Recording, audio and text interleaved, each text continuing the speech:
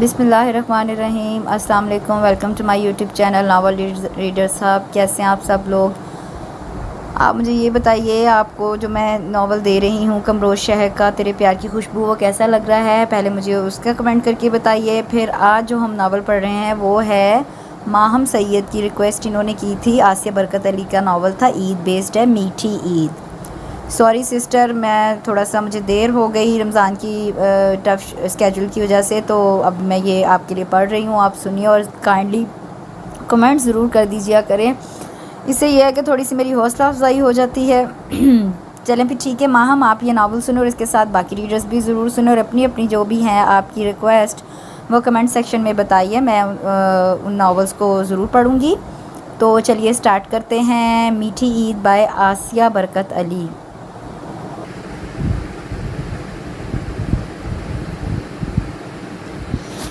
मीठी ईद बाय आसिया बरकत अली। शाम का वक्त था। मामूल के मुताबिक सब नफीस और बेहद सलीके से सजे बड़े से लाउंज में बैठे चाय पी रहे थे और मज़े से टीवी देख रहे थे। यार न्यूज़ चैनल लगाओ, देखे तो पहला रोज़ा आज है या कल, पता तो चले हलाल कमेटी वालों को चांद नज़र आया भी है या नहीं। जिब्रान अभी अभी अपने कमरे से आया था। रेड मखनी कारपेट पर बैठते हुए उसने पुरजोश अंदाज में कहा। तैमूर ने फ़ौरन न्यूज़ चैनल लगा लिया। अब्दुर्रहमान आगा, अख्तर आगा, अल्ताफ़, बल्कीस और फरजाना सोफे पर बैठे थे। सबा, उरूज, दुआ, कंजा, तैमूर, अब्बास, बालाज, अहद और जिब्रान कारपेट पर बैठे थे। वो शुरू से ही एक साथ टीवी देखते थे। सुबह शाम इनकी नोक-झोंक और शरारतों से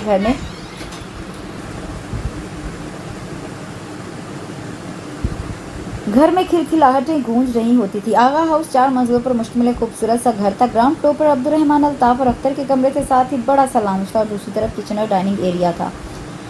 लाउंज के बीचों बीच सीढ़ियाँ थी। अपर फर्स्ट फ्लोर पर 3 कमरे और खूबसूरत सी बैल्कनी थी जो फूलों से सजी हुई थी और सीढ़ियों पर खूबसूरत से गमले रखे हुए थे। फर्स्ट फ्लोर पर पहले अनाया का कमरा था, साथ ही दुआ और सबा का कमरा था और सामने उरूज और कंजा का कमरा था। सेकंड फ्लोर पर जिब्रान, बालाज, अहद, तैमूर और अब्बास के कमरे थे। कुछ देर बाद न्यूज़ चैनल पर चांद नजर आने का ऐलान किया गया था। सभी बहुत पुरजोश और खुश नज़र आ रहे थे। शुक्र सारे काम हो गए। भाभी महरीन ऐलान का सुनते ही लाउंज में आई थी। बल्कीस उसकी इस बात पर मुस्कुराई।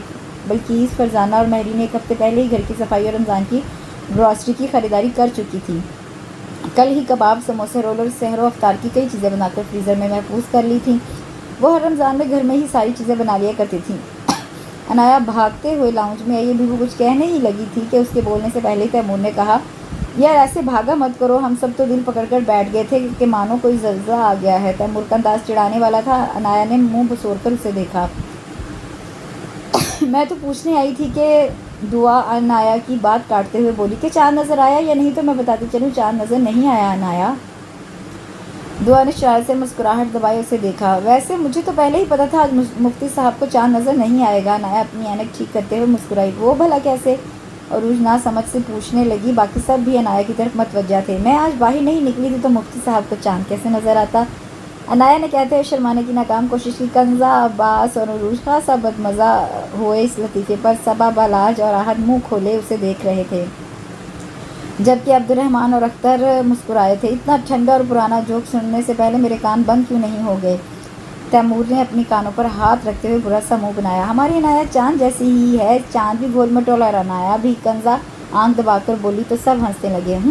वाह जी वाह, उसका जोक मेरा जोक ठंडा पुराना। अनाया ने नाक चढ़ाकर ताऊ से कहा। यार अनाया, तुम्हारे जोक के लिए 2 रुपये की तालियां होनी चाहिए। तैमूर ने 2 उंगलियों से तालियां बजाई। सबा के मुँह से हंसी का फव्वारा फूट पड़ा।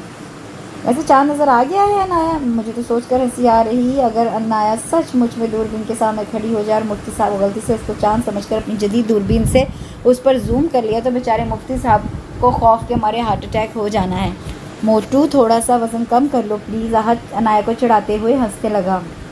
मैं मोटी नहीं हूँ बल्कि सेहतमंद हूँ। अम्मी बाबा ने मुझे नाज़ों और खूब लाडों से पाला है, इसलिए हो सकता है मेरा वज़न थोड़ा सा बढ़ गया हो। अनाया खूब इतरा के और जताकर बोली थी। ये हमारे नाज़ों से पालने की वजह से तुम्हारा वज़न नहीं बढ़ा बेटा जी, बल्कि ये पिज़्ज़ा, बर्गर, चॉकलेट्स और पता नहीं क्या क्या जो पूरे दिन भर में तुम खाते रहती हो, ये सब उनकी बदौलत तुम्हारा वज़न बढ़ा है। बंदा थोड़ी सी डाइटिंग ही कर लेता है अनाया से डाइटिंग से तुम्हारा थोड़ा वज़न तो कम हो जाएगा। बल्कि इसके ताककर वार करने पर वो मुँह बसूर के रह गई। ओह मम्मी, आपने डाइटिंग का नाम लेकर मेरा सारा मूड ख़राब कर दिया। डाइटिंग का नाम सुनकर ही मुझे कमज़ोरी सी फील हो रही है। अब मुझे अपनी कमज़ोरी को मिटाने के लिए कुछ खाना पड़ेगा। वो झुंझलाती हुई वहाँ से चली गई। या अल्लाह, इस लड़की का मैं क्या करूँ। बल्कि सब सुर्दगी हंकार कर रह गई। आगा अशरफ और हलीमा बानो के 3 बेटे और 1 बेटी थी। सबसे बड़े अब्दुर्रहमान, फिर अख्तर और उनकी बेटी अलमास, और फिर सबसे छोटा अल्ताफ़ था। आगा अशरफ के इंतकाल के बाद सारा बिजनेस अब्दुर्रहमान ने संभाला था। फिर अख्तर और अल्ताफ़ भी पढ़ाई मुकम्मल करके उनके साथ अपना बिजनेस संभालने लगे। अब्दुर्रहमान, अख्तर और अल्ताफ़ तीनों भाई टेक्सटाइल इंडस्ट्री के मालिक थे। हलीमा बानो ने अलमास के 17 बरस के होते ही उनकी शादी कर दी और उस फर्ज से सुबकदोश हो गई। अलमास की शादी के 1 माह बाद उन्होंने अपने तीनों बेटों की भी खूब धूमधाम से शादी की। कुछ माह बाद हलीमा बानो का इंतकाल हो गया। अब्दुर्रहमान और बिल्किस के 3 बच्चे थे। बड़ा बेटा जिब्रान, फिर बालाज। वो दोनों अपने वालिद के साथ उन्हीं की ऑफिस में काम करते थे। फिर छोटी बेटी अनाया थी। अख्तर और फरजाना के 4 बच्चे थे। आहद, तैमूर, दुआ और सबा। अल्ताफ़ और महरीन के 3 बच्चे थे। अब्बास, उरूज और कंजा। जिब्रान और बालाज बड़े थे। उनके बाद फिर आहद, अब्बास और फिर दुआ, उरूज, तैमूर और अनाया थे, और फिर सबा और कंजा। अलमास अपनी शादी के चंद माह बाद ही अपने शौहर के साथ यूएसए चली गई थी, जो कि अलमास और मुनीर का एक ही बेटा था, अयान, जो कि अब्बास के हम उम्र था। अयान यूएसए में सॉफ्टवेयर इंजीनियर था। सब लाउंज में बैठे बातें कर रहे थे। यार मैं बहुत बोर हो रही हूँ, चलो ना कहीं बाहर चलते हैं, कल से फिर रोज़ा होगा। सबा ने बोर होते हुए कहा, हाँ चलो कहीं बाहर चलते, मैं तो कहता हूँ खाना भी बाहर खाते हैं। आहद सबा की बात सुनते ही बोला। अनाया खाने का नाम सुनकर एकदम ही खुश सी हो गई थी। इसे तो बस खाना खिला दो ये भी उसके लिए बहुत है, वो सिर्फ खाने से ही मान जाया करती थी। चलो चलते हैं। अनाया सोफे से उठ खड़ी हुई।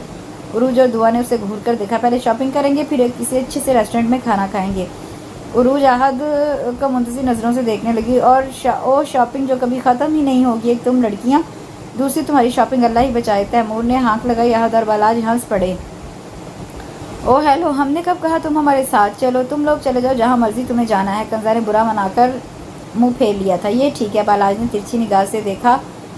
कंजा अब उसी को मुंह खोले देख रही थी। वो सब तो सही है, पर दुआ तुम प्लीज़ अपने साथ एक वजनी पत्थर ज़रूर लेकर जाना। तैमूर ने दुआ को बहुत संजीदगी से देखा। कंजा और अनाया भी नासमझी से उसे देखने लगी।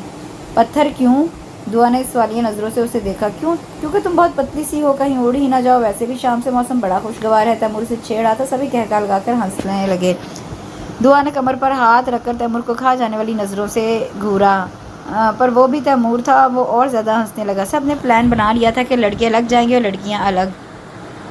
अनाया, कंजा, रूज, दुआ और सबा डॉलमेन मॉल में मौजूद थीं। वो ट्रॉली लेकर दिलचस्पी से शॉपिंग कर रही थी। सबा की नज़र एक शैम्पू पर पड़ गई जिस पे लिखा था, ये बालों को स्ट्रेट और सिल्की बनाता है। वो इस शैम्पू को उठा के अच्छे से देखने लगी। सबा के बाल बहुत घुंघराले थे। सबा खुश शक्ल थी, पर उसके बाल ना तो उसे खुद पसंद थे, ना ही किसी और को पसंद थे। उल्टा सब उसे इन बालों की वजह से खूब चिढ़ाते थे। उसे कुछ सोचते मुस्कुराकर वो शैम्पू ट्रॉली में रखा और दूसरी चीज़ें देखने लगी। Anaya chips, Kokomo, cold drink, chocolates और बहुत सी चीज़ ट्रॉली में रखती चली गई। उसकी शॉपिंग यही होती थी। घर से अगर कभी कुछ लेने का इरादा भी करती तब भी मॉल जाकर सिर्फ उन्हीं चीज़ों को ले वापस आ जाती थी। ये क्या कर रही हो? दुआ दबी आवाज़ में चीखी। इससे अच्छा तुम मेकअप ले लो। दुआ ने अनाया को समझाने की नाकाम कोशिश की, पर अनाया कहाँ किसी की सुनती थी। मुझे नहीं लेना मेकअप शेकअप, मुझे मेकअप से ज़्यादा इन सब चीज़ों से प्यार है। अनाया ने प्यार भरी निगाह उन चीज़ों पर डाली। दुआ झिंझलाई।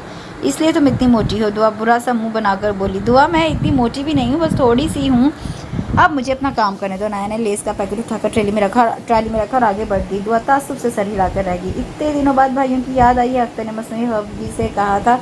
वो पिछले 15 मिनट से उनसे फ़ोन पर बात करी थी। अख्तर फ़ोन स्पीकर पर लगाए उसे शिकवा कर रहे थे। अलमास घर भर की लाडली थी। भाइयों की तो जान बसती थी उसमें, और अलमास को भी अपने भाई बहुत अजीज़ थे। नहीं भाई, ऐसी कोई बात नहीं, आप सब मुझे हमेशा ही याद रहते हैं, बस ज़रा काम में उलझ गई थी कि बस पूछे ही मत। अलमास ने वजाहत दी तो अख्तर हंस दिए।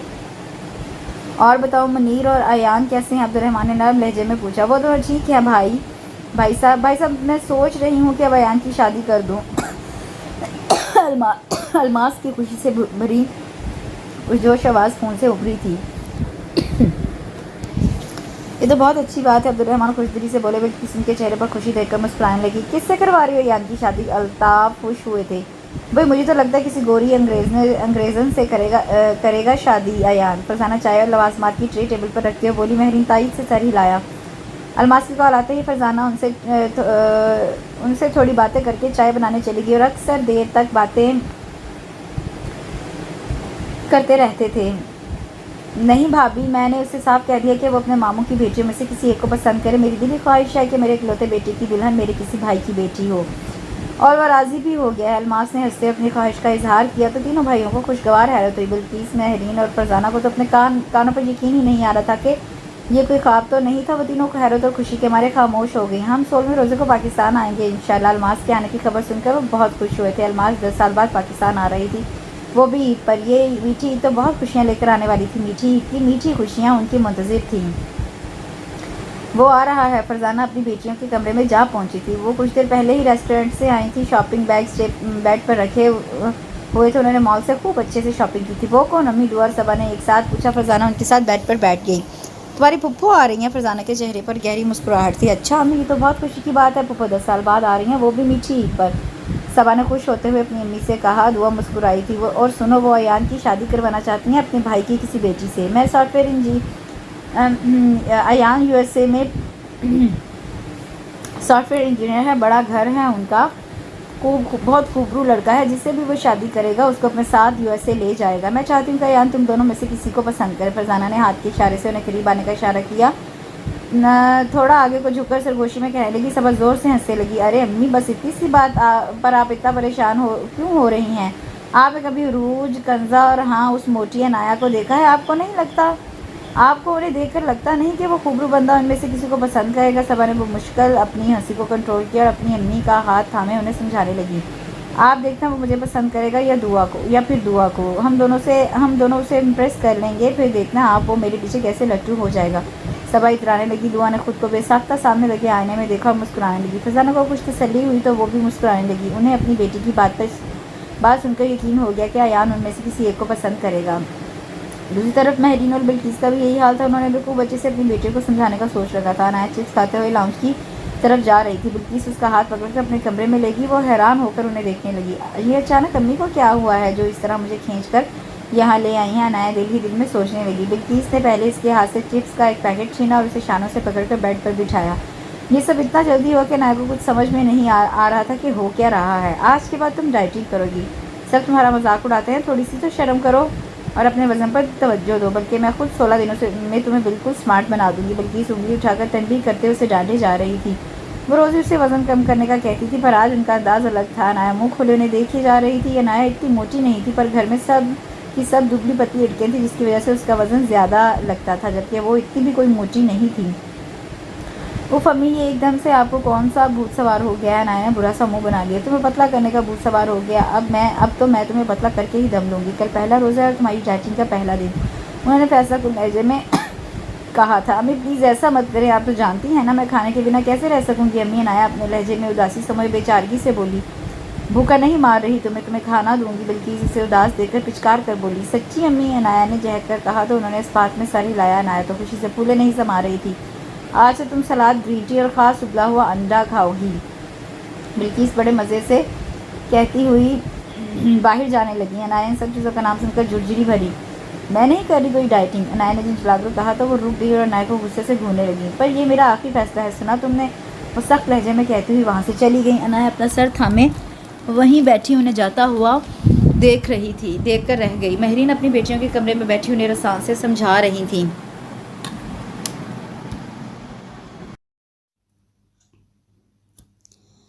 देखो बेटा, आज तक तुमने मेरे लिए कोई काम नहीं किया, यहाँ तक कि कभी चाय का कप तक नहीं उठा के दिया।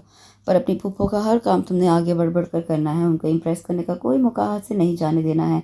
हर वक्त उनकी आंखों के सामने रहना है ताकि वो हर वक्त तुम्हारा नाम लें। माँ को पिटाओगी तो ही बात बनेगी, क्योंकि शादी वहाँ होती है जहाँ माँ राज़ी होती है। फिक्र मत करिए अम्मी, आप देखना मैं पप्पो को कैसे इम्प्रेस करती हूँ। आप देख लीजिएगा, पप्पो हर वक्त हमारा ही नाम लेती रहेंगी। और उस चेहरे पर आई लट को उंगली में लपेटते हुए अदा से बोली। फुफ्फो क्या, फुफ्फो का बेटा भी सिर्फ हमारा ही नाम लेगा। आप देख लेना डियर अम्मी। कंजा रूज के हाथ पर ताली मारकर हंसने लगी। मैरिन अपनी दोनों बेटियों की बात पर खुश होकर उनकी बलाएं लेने लगी। उन्हें यकीन था कि अयान इनकी प्यारी बेटियों के अलावा शायद ही किसी को नज़र भर के देखे। हर तरफ सुकून का माहौल था। रमज़ान की रहमतें और बरकतें हर तरफ छाई हुई थी।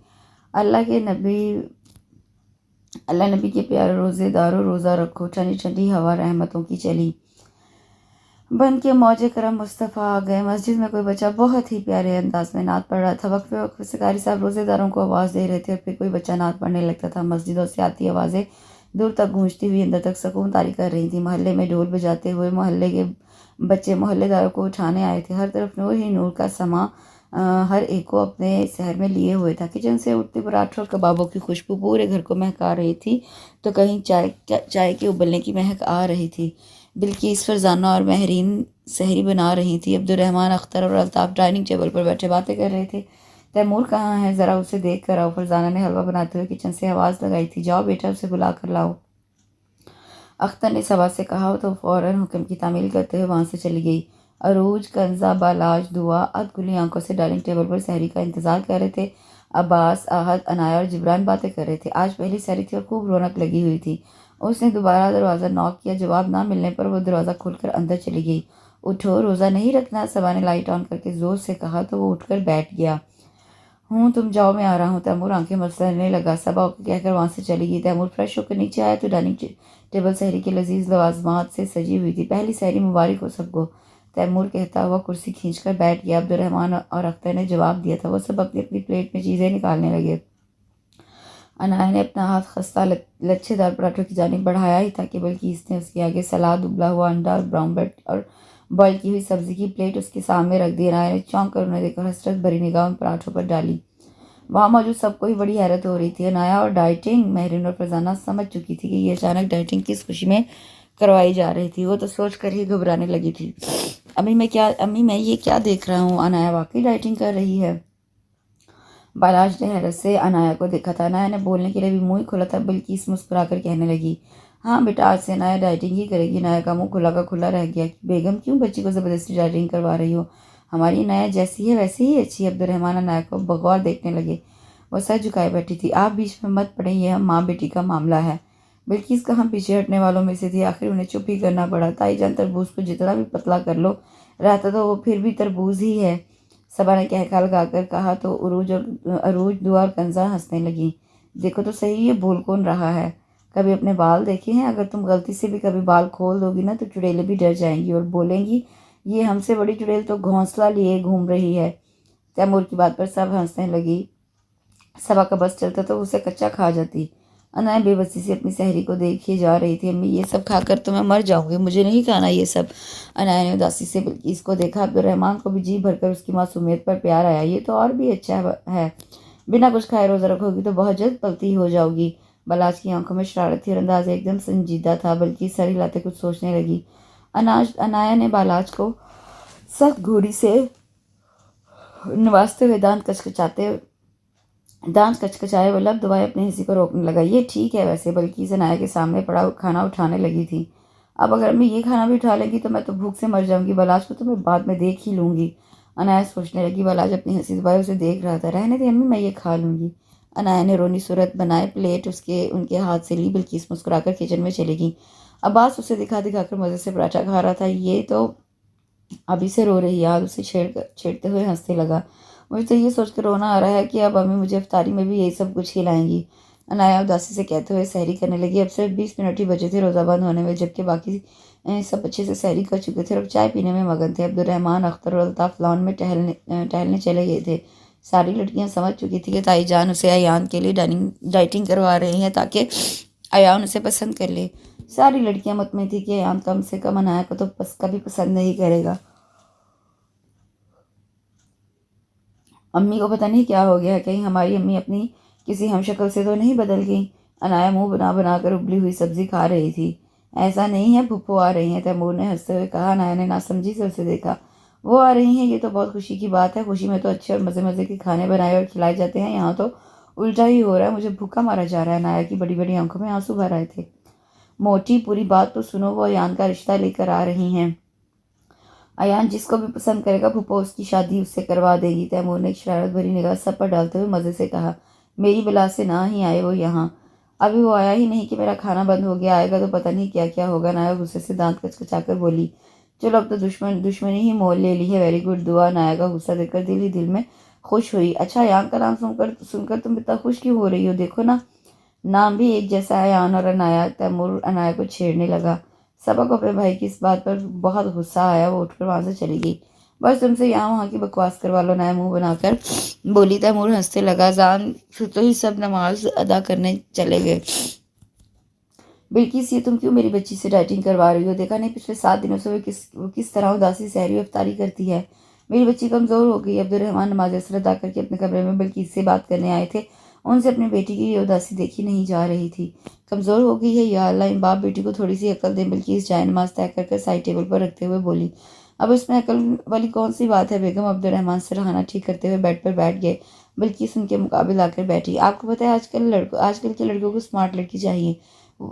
वो लड़का काला हो, मोटा हो या फिर पीले दांतों वाला ही क्यों ना हो, पर उनको लड़की अपने मेयार की ही चाहिए होती है। ये तो होगी पाकिस्तानी लड़कों की बात। अयान तो फिर यूएसए से आ रहा है। आप अपनी बहन से बोले वो अयान के लिए हमारी अनाया को पसंद करे। बल्कि इसने अपनी दिली ख्वाहिश का इजहार किया।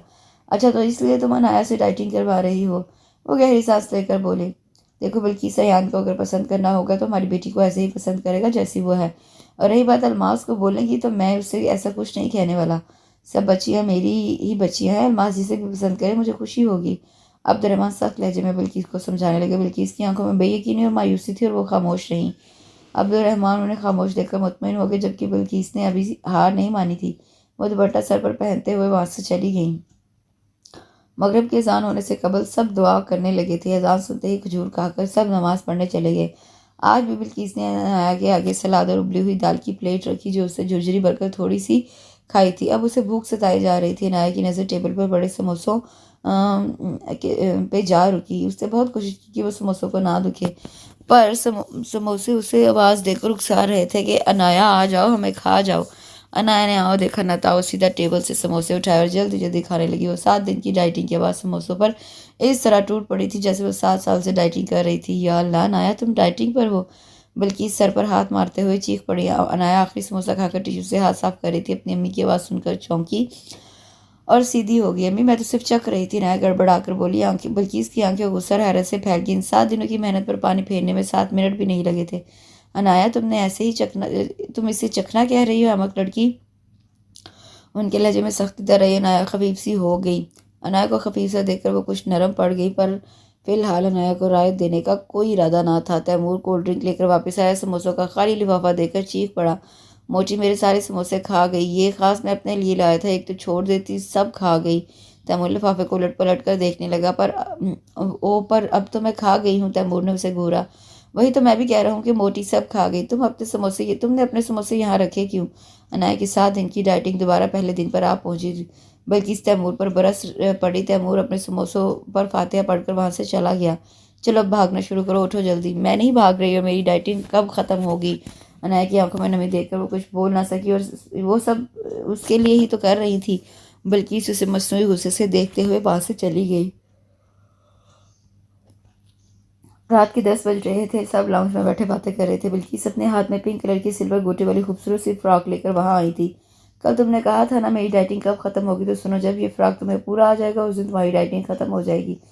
बिल्किस ने फ्रॉक अनाया को थमा दी। अनाया गौर से फ्रॉक देखने लगी। पर अम्मी, ये तो दुआ की फ्रॉक है, ये मुझे तो क्या किसी को भी नहीं आएगी। दुआ हद से ज़्यादा दुबली है।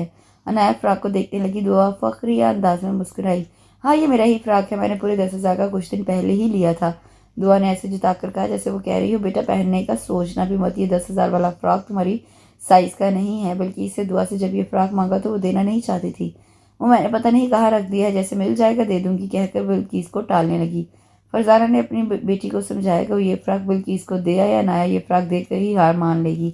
अगले ही पल तुम्हारा फ्रॉक तुम्हारे पास और भाभी की डाइटिंग उनके पास।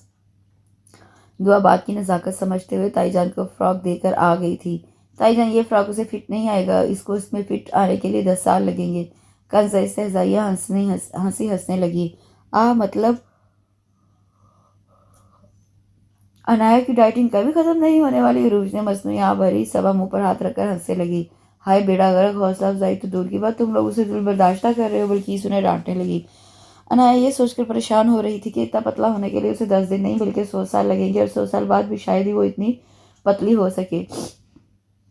ताई जान, अल्लाह माफ़ करे, ये फ्रॉक आप मच्छर को भी पहनाएंगी ना तो उसे भी फिट नहीं आएगी। अब्बास ने कान पकड़ते हुए शरारत से कहा। सब हंसने लगे। हाँ ना, अब्बास सही कह रहा है, बेचारी बहुत ज़्यादा कमज़ोर है। महरीन हंसते हुए बोली। फरजाना बुरा सा मुँह बनाने लगी। अभी इतनी भी कमज़ोर नहीं है और आजकल की लड़कियों को कम से कम इतना तो स्मार्ट होना ही चाहिए। फरजाना लाल झंडा लिए मैदान में उतर आई थी। भला कोई कैसे दुआ के वज़न को लेकर उसका मजाक बना सकता था। उफ अम्मी, आप रह नहीं दे, हमें पता है। आहत बेजार सा होकर हर बारी हुआ वो हर बार ही ऐसा कहती थी। ये कोई आज की बात नहीं, आहत का बेजार होना तो बनता ही था। फरजान ने सख्त गुस्से से आहत को घूरा तो वो सर झुका गया। बस मैं नहीं जानती कुछ भी, तुम्हें इसमें फिट आना है, बात ख़त्म। अब तुम उसे मेरी जिद समझो या फिर चैलेंज। बल्कि इस अपना फैसला सुनाकर वहाँ से जा चुकी थी। अब अगर मैं इतनी पतली हो गई तो किसी को नज़र नहीं आऊँगी, अब मैं क्या करूँ? अनाया अफसोस से बड़बड़ाने लगी। सब अफ्तारी नमाज से फारिग होकर अब लाउंज में बैठे टीवी देख रहे थे। अनाया आज सारा दिन अपने कमरे से बाहर नहीं निकली।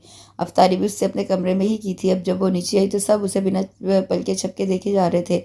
हैरत थी। पिंक कलर की सिलो गोटे वाली अनारकली फ्रॉक और चूड़ीदार पजामे के साथ पिंक दुपट्टा कंधे पे डाले वो बारीक हील से टक टक करती सीढ़ियाँ उतर रही थी। उसकी सफ़ेद और गुलाबी रंगत पर यह फ्रॉक बहुत जच रहा था।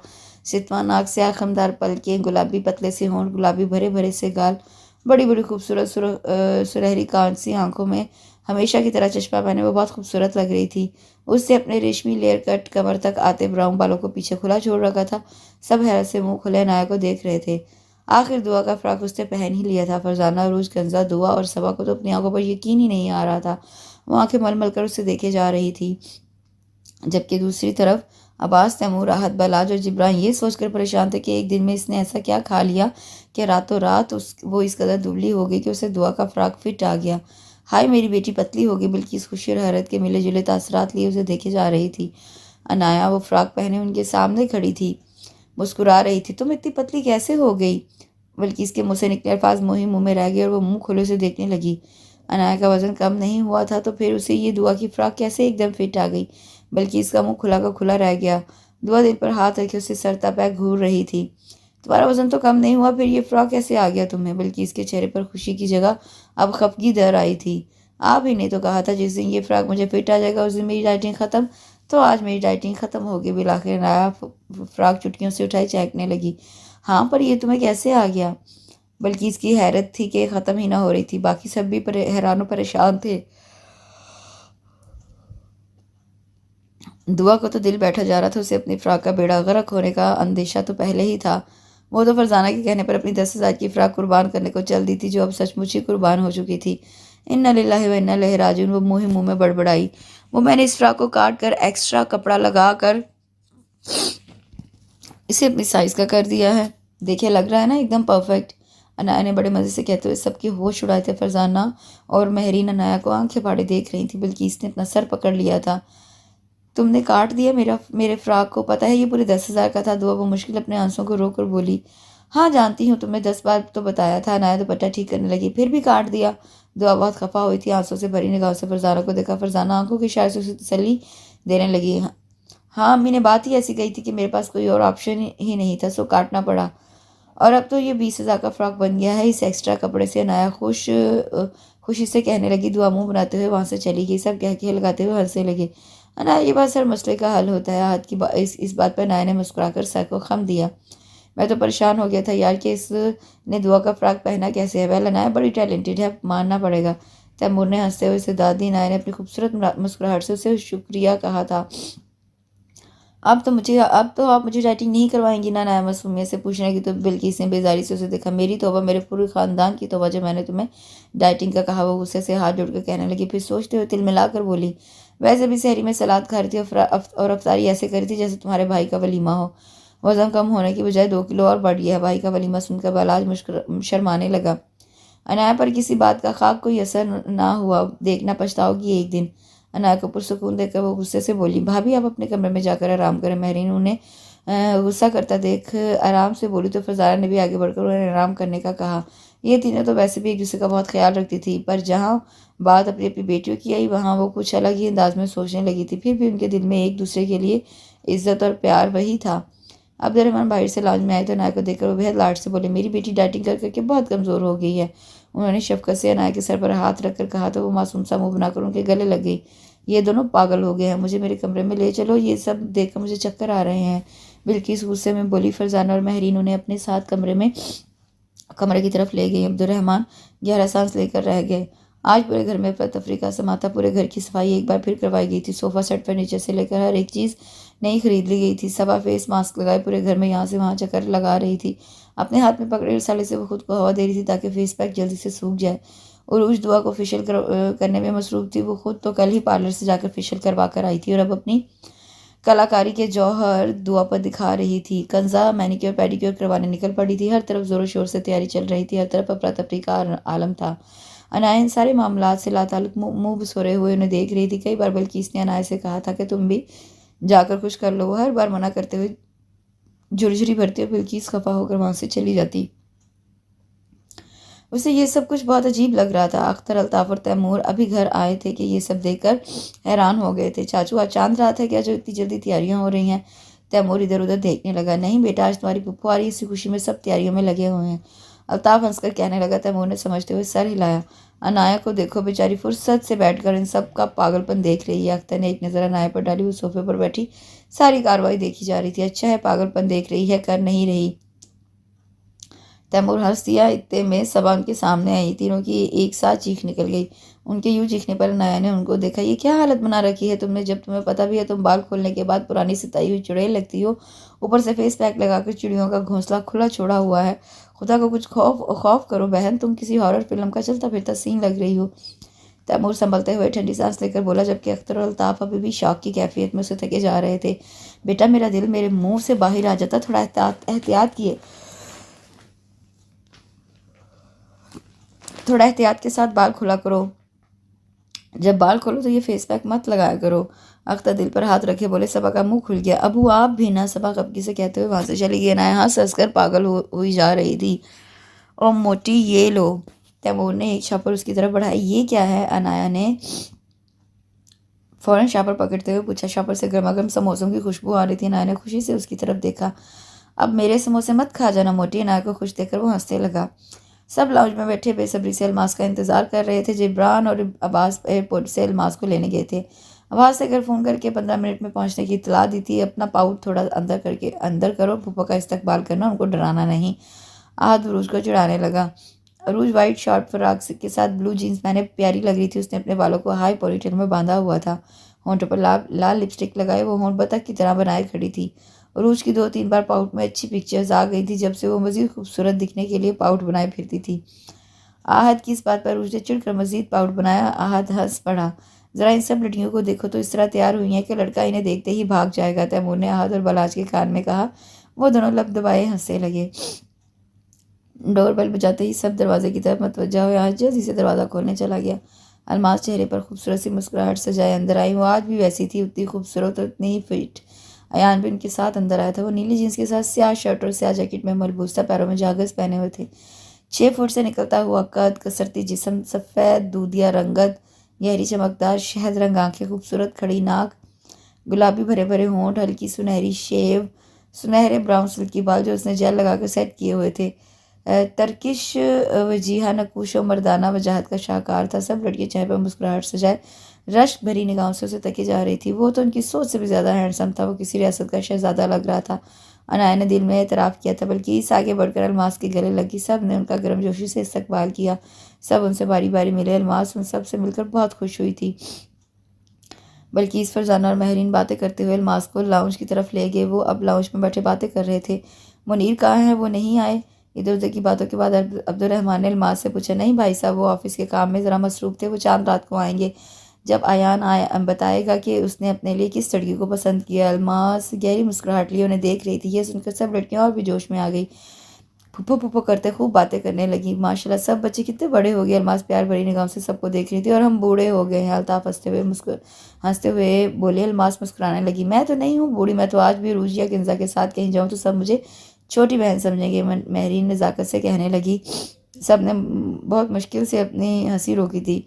ये तो कुछ भी नहीं, जब मैं अख्तर के साथ कहीं जाती हूँ तो सब मुझे उनकी बेटी समझते हैं। फरजाना ने भी बढ़ चढ़कर खुद की तारीफ की। जहाँ बात हो खूबसूरती की तो वो भला कैसे पीछे रह जाए। अयान सर झुकाए अपनी हंसी को बमुश्किल रोक पाया था। खुदा का खौफ करो फरजाना। अख्तर मुंह खोले उसे देखने लगे। अनाया से अपनी हंसी ना रुकी गई। वो पेट पर हाथ रखे ज़ोर ज़ोर से हंसने लगी। उसे देखकर वो सब जो हंसी रोके हुए थे खूब हंसने लगे। फरजाना मुंह बना के रह गई। अब अयान आ गया हो उसको और उसकी माँ को इम्प्रेस करना तुम्हारा काम है। याद रहे कोई मौका हाथ से नहीं जाना चाहिए। वक्त बहुत कम है। महरीन अरूज और किंजा को समझाने लगी थी। अभी हमने सब सोच लिया है उसको कैसे इम्प्रेस करना है, आप बेफिक्र है, हम खुद संभाल लेंगे। अरु चेहरे पर मुस्कुराहट ली, उन्हें यकीन दिलाने लगी।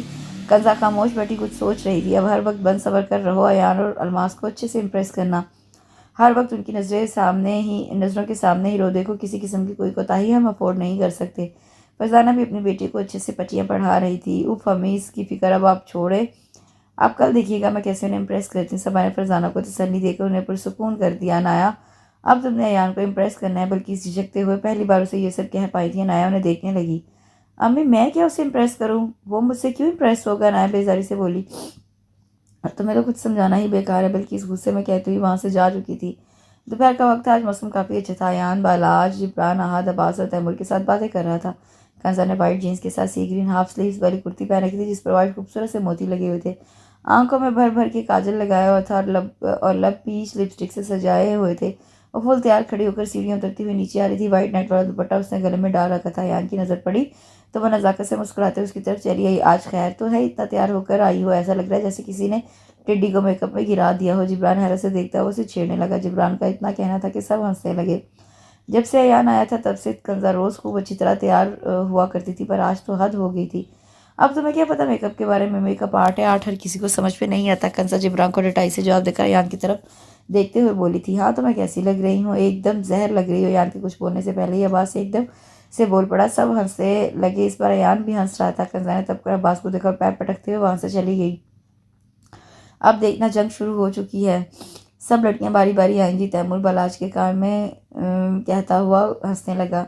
यार किसी की शादी में जा रही हो? कंजा जैसे ही कमरे में अनाया ने सवाल किया। सब लड़कियां उसी के कमरे में बैठी थी, सब ही उसे हैरान होकर देख रही थी। कंजा को बुरा तो बहुत लगा, पर वो कुछ सोचते हुए संभल के झूठे किस्से सुनाने लगी। वो क्या है ना कि मैं तैयार होकर नीचे गिरी था, यान मुझे देखता ही रह गया। कंजा मसनूई सा शर्माने लगी। अनाया मुँह खुले से घूर घूर कर देख रही थी। उसे तो यकीन ही नहीं आ रहा था। ये सुनकर तो बाकी लड़कियां भी जोश में आ गई। बिल्किस, महरीन, फरजाना लॉन में बैठी अलमास से बातें कर रही थी। अनाया सबकी तैयारियां देखकर बेजार हो गई थी। वो भी लॉन में आकर बैठ गई। बेटा बड़ी होकर तो और भी ज़्यादा खूबसूरत हो गई हो माशाल्लाह। अलमास सताइश भरे नज़रों से अनाया को देख रही थी। अनाया बेसाख्ता मुस्कुरा उठी। कुछ ही देर में सब लॉन में आ गए। मौसम काफ़ी खूबसूरत हो गया था। गहरे बादल और ठंडी ठंडी हवाएं चल रही थी। किस किस को अपना ब्लड डोनेट करवाना है?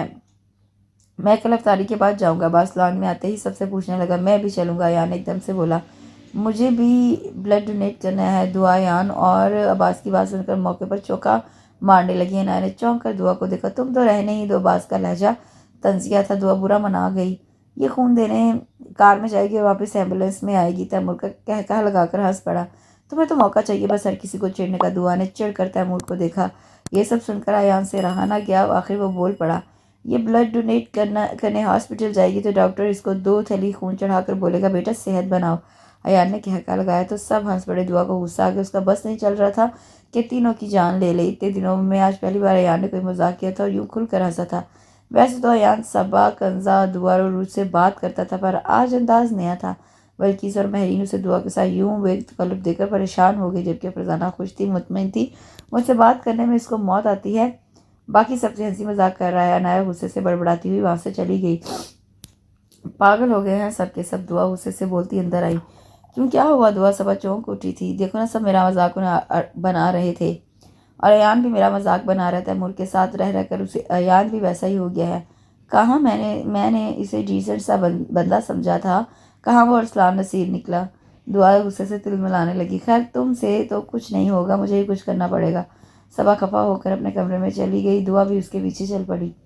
अरूज ग्रीन कलर की फ्रॉक पहने ड्रेसिंग टेबल के सामने खड़ी गुनगुनाते हुए तैयार हो रही थी। सजना है मुझे सजना के लिए, वो अपनी घनेरी पलकों पर गुनगुनाते हुए मस्कारा लगा रही थी। ज़रा उलझी लटें संवार लूँ। अब अपने शोल्डर कट बालों को संवारने लगी थी। सजना है मुझे अयान जी के लिए। अब्बास उसके कमरे के पास से गुजर रहा था। उसका गाना सुनकर वो रुक गया था। थोड़ा सा दरवाज़ा खोलकर देखा तो वो मज़े से गुनगुनाते हुए मेकअप कर रही थी। थोड़ी सी तो शर्म कर लो, रमज़ान में गाने गा रही हो। तौबा तौबा। अब्बास अंदर आकर कानों को हाथ लगाने लगा। अरुण ने तब कर उसे देखा। तुम्हें क्या है? मैं जो भी करूँ, अब प्लीज़ जाओ यहाँ से, मुझे तंग मत करो वरना मैं से शिकायत लगा दूंगी। अरुण हेयर ब्रश को टेबल पर पटक कर उसकी तरफ मुड़ी। हाँ हाँ लगा दो मेरी शिकायत। वैसे भी तुम जू से भागी हुई बंदरिया से कम नहीं लग रही। वो बिना रुके वहाँ से चला गया। अरुण ने हेयर ब्रश उठाकर उसकी तरफ फेंका जो ज़ोर से दरवाजे में जा लगा। पागल है। खैर अब बस लिपस्टिक लगानी है। वो एक तफसीली निगाह खुद पर डालते हुए सुर्ख लिपस्टिक लगाने लगी।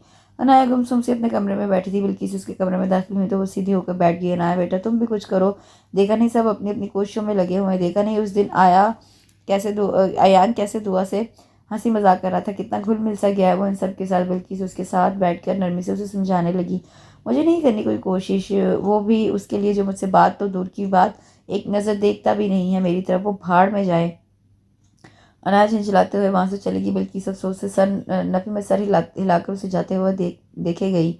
अरूज नीचे आई तो अयान की नज़र उस पर टिक गई। उसे देखे जा रहा था, अलमास भी उसी को देख रही थी।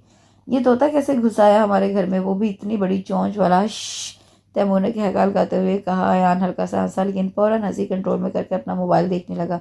ये सुनकर तो अरूज वहीं की वहीं रुक गई। उसे सख्त गुस्से ने आ घेरा था।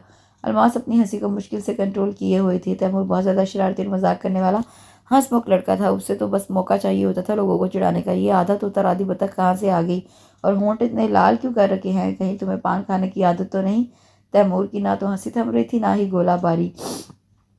ये पाउच है, वैसे भी तुम्हें क्या पता, तुमने तो बस ताने मारने में पीएचडी कर रखी है। वो बिफर कर बोली। तैमूर बड़ी मुश्किल से अपनी हंसी कंट्रोल कर पाया था। अरूज ये बतख जैसे होंठों को पाउट कहती हो तुम, हद है। हाथ शरारत से कहता उसे मजीद चिढ़ाने लगा। वो तो उस पल को कोसने लगी जिस पल उसने आधे घंटे के बाद ये आखिर ये ग्रीन फ्रॉक पसंद की। जहाँ तैमूर अहाद अब्बास जैसे लड़की हो वहाँ उसका मिशन कैसे कामयाब हो सकता था। नहीं, ये बहुत ज़्यादा प्यारी लग रही है माशाल्लाह। अलमास प्यार से उसे देखने लगी। रोज दिल से मुस्कुराई, जबकि अयान से अपनी हंसी रोकना मुश्किल हो रहा था। पुप्पो कम से कम रोजे में तो झूठ ना बोले। तैमूर उनके पास जाकर बैठ गया।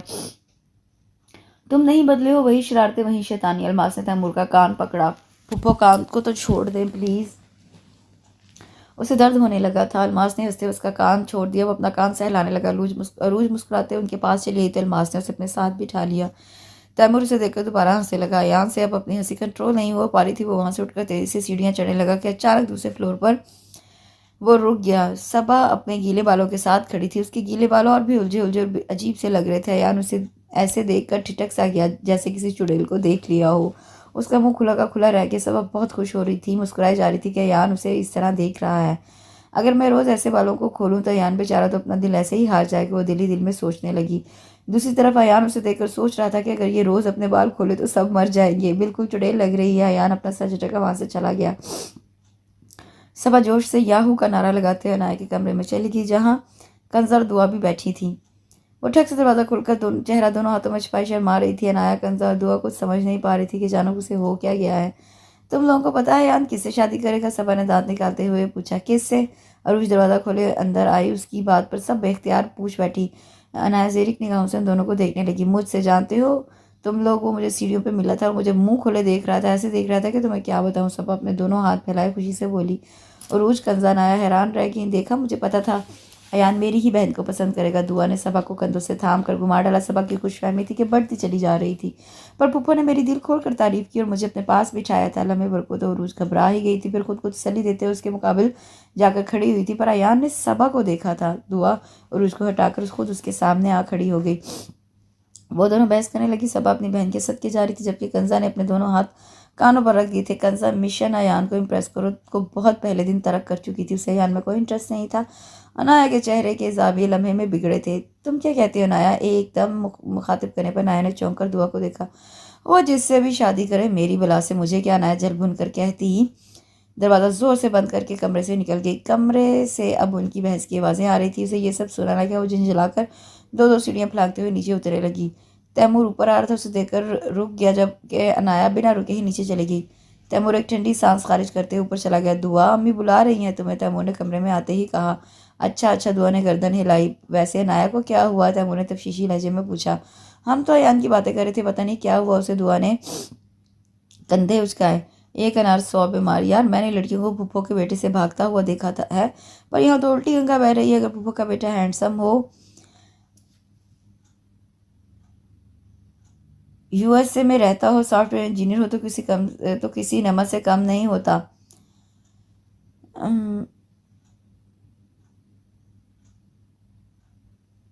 तैमूर मुंह भगाकर कहता हुआ कमरे से बाहर चला गया। अफ्तारी के बाद सब खाना खा रहे थे। अनाया को तो भूख से बुरा हाल था। उसे जब भी गुस्सा आता था वो और भी ज़्यादा ज़ोरों से भूख लगती थी। वो डाइनिंग टेबल पर बैठी मज़े से बिरयानी निकाल रही थी कि उसकी नज़र सामने बैठे अयान पर पड़ी। पता नहीं क्यों अनाया को ऐसा लगा जैसे वो उसी को देख रहा था।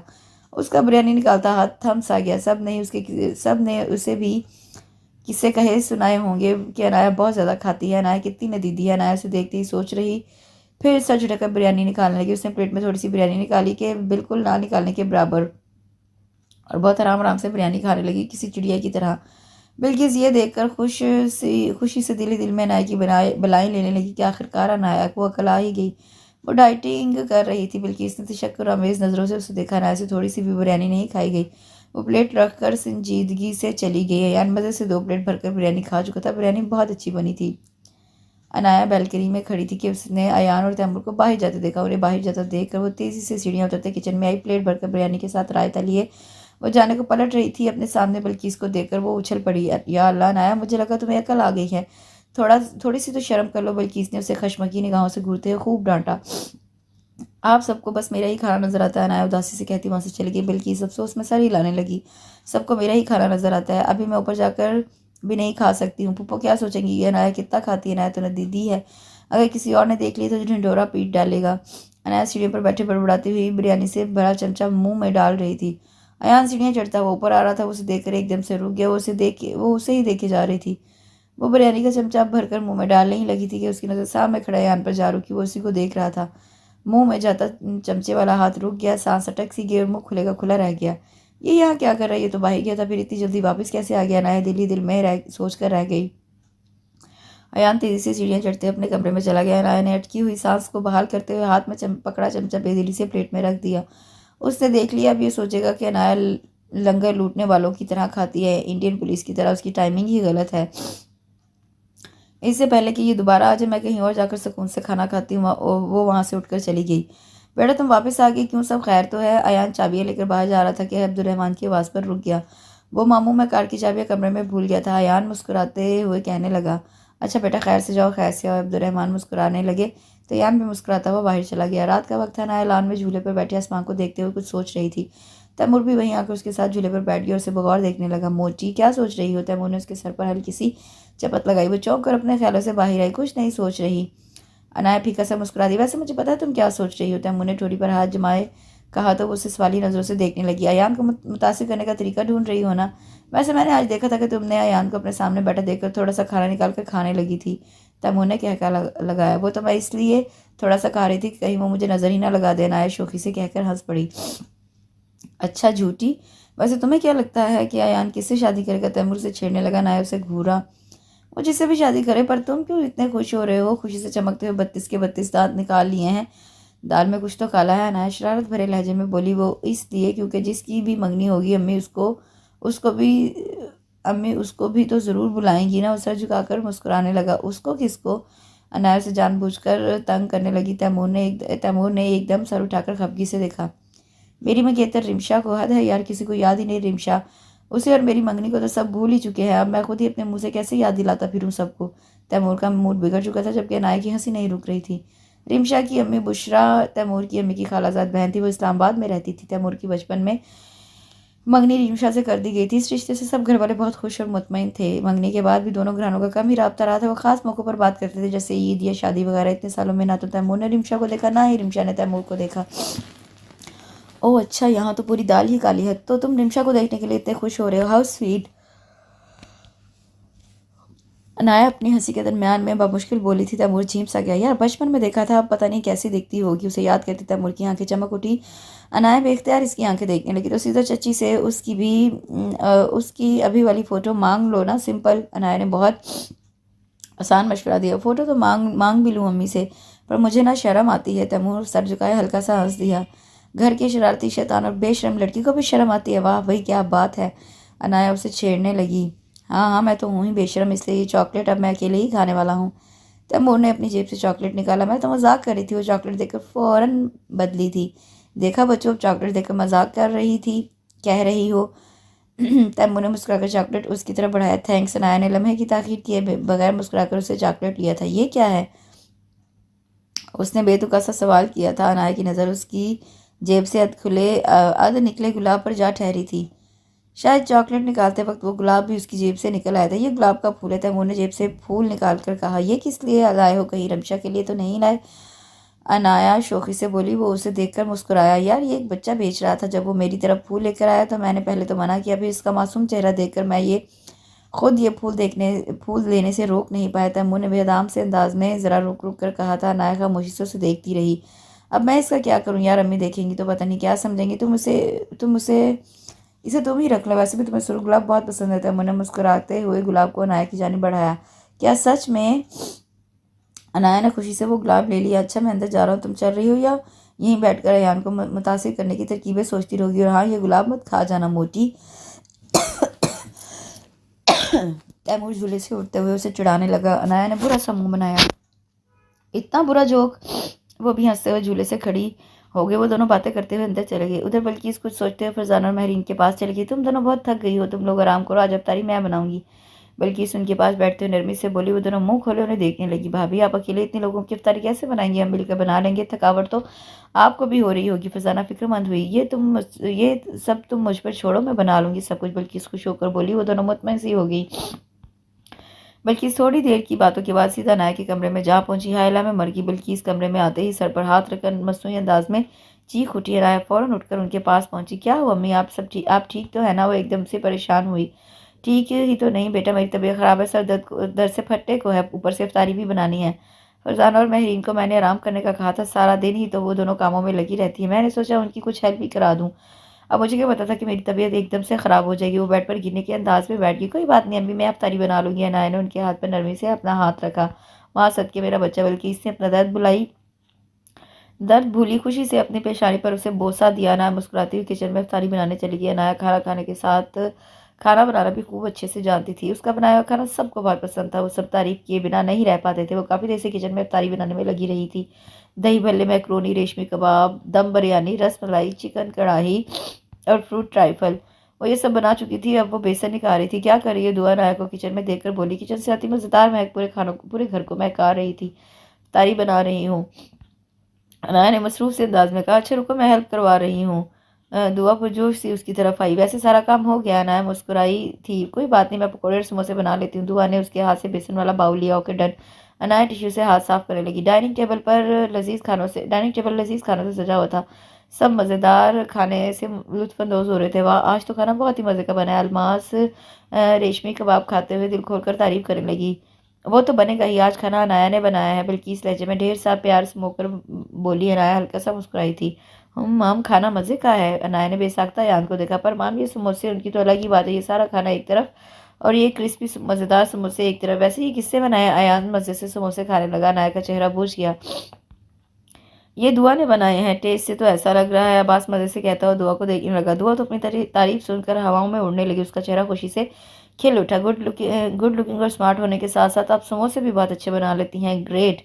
अयान पूरी तरह दुआ की तरफ मतवज्जा हुआ था। और भी खाओ ना। दुआ अयान की मुंह से तारीफ सुनकर इतनी खुश हो गई कि 2-4 समोसे अयान की प्लेट में उसने अपने हाथों से डाले थे। अयान अनाया घूर घूर कर दोनों को देख रही थी।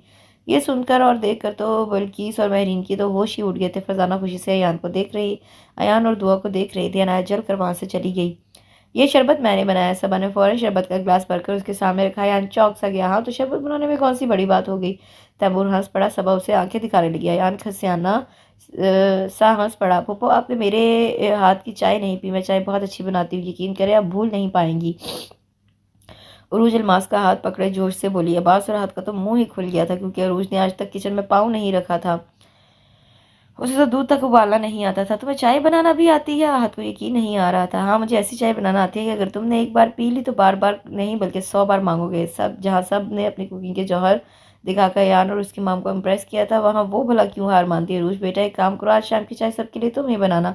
हम भी तो पी कर देखे तुम्हारी मज़ेदार चाय। अब्दुलरहमान और रूज के चाय वाली किस्सों से बहुत मुतासिर हुए थे। अपने मुंह मियाँ मिट्टू। तैमूर बड़बड़ाने लगा। नाया अपने कमरे में यहाँ से वहाँ चक्कर काट रही थी। ये समोसे उनकी तो अलग बात है। अनाया मुंह बनाकर उसकी नकल उतार रही थी। मेरी तारीफ कहते उसका मुंह जलता है। मजाल है जो कभी भूल कर भी मेरी तारीफ की हो उसने। हाँ, लेकिन समोसे बड़े मज़े से खाए जा रहा था। भाड़ में जाए अयान और उसके क्रिस्पी मज़ेदार समोसे। अनाया गुस्से से बड़बड़ाई जा रही थी। गुस्सा था कि कम ही नहीं हो रहा था। वो अपने कमरे से निकलकर लाउंज की तरफ जाने लगी। उरूज ट्रे में चाय लिए लाउंज में आई थी। उससे खुद आगे बढ़कर सबको चाय थमाई थी। ट्रे टेबल पर रखकर वो आराम से सोफे पर बैठ गई। ये क्या बनाया है? ये चाय है या जहर? अब्बास ने चाय का सिप लिया तो उसकी चीख निकल गई थी। चाय ऐसे ही बनती है, तंज करने की आदत सी हो गई है तुम्हें, अरूज ने सुकून से जवाब दिया, जबकि अब्बास ने जुजरी भरकर कप वापस रख दिया। ये सुनकर आहत ने भी फौरन ही चाय का सिप लेते हुए बुरा सा मुंह बना लिया।